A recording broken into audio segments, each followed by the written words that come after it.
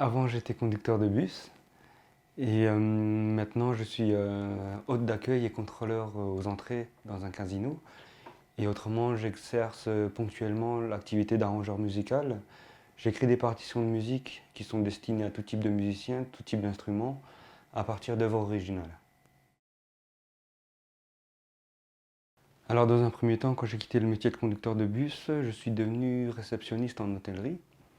Malheureusement, l'établissement dans lequel j'étais ne me correspondait pas, donc du coup, je l'ai quitté. Donc là, à ce moment-là, j'ai vécu une période difficile parce que j'étais un petit peu perdu, je ne savais pas trop vers où avancer, et je commençais à douter de moi-même, etc. Donc là, j'étais vraiment dans le flou et dans le brouillard.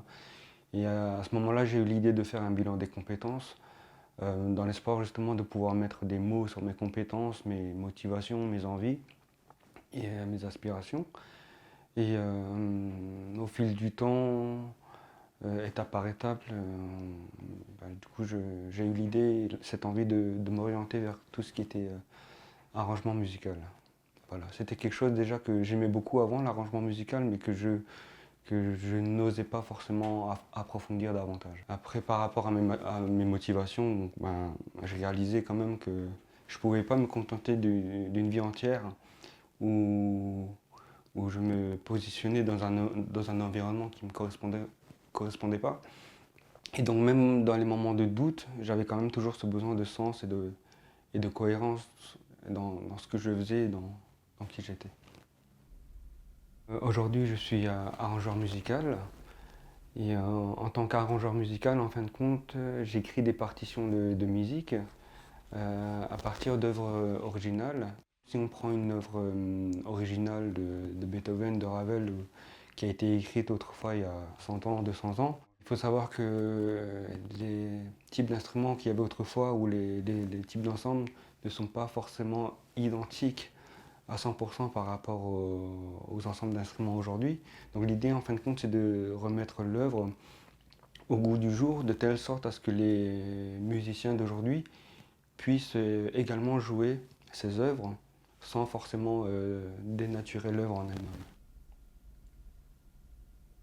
Déjà, dans un premier temps, j'étais content de ressentir déjà cette fierté d'entendre à nouveau les œuvres prendre vie.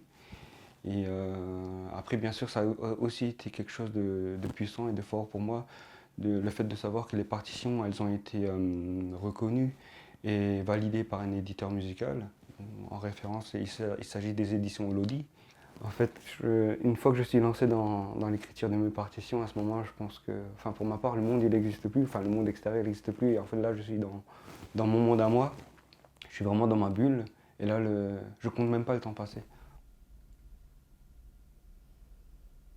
Alors effectivement, donc j'ai mon métier principal et j'ai l'activité d'arrangeur musical et le temps libre aujourd'hui, des fois il est limité.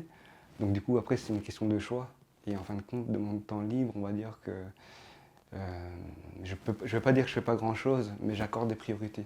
Voilà, donc je minimise les sorties, je regarde pas la télé par exemple. Donc en fin de compte le peu de temps libre que j'ai, je l'accorde à la musique, que ce soit pour le piano ou pour d'autres instruments ou pour l'arrangement musical. Après, j'avoue également qu'il y a eu des jours où je me levais à 6 heures du matin pour travailler sur mes partitions, et ensuite j'allais travailler normalement. Ou alors, le soir après mon travail principal, je faisais mes partitions jusqu'à minuit, 1 heure du matin. Voilà. La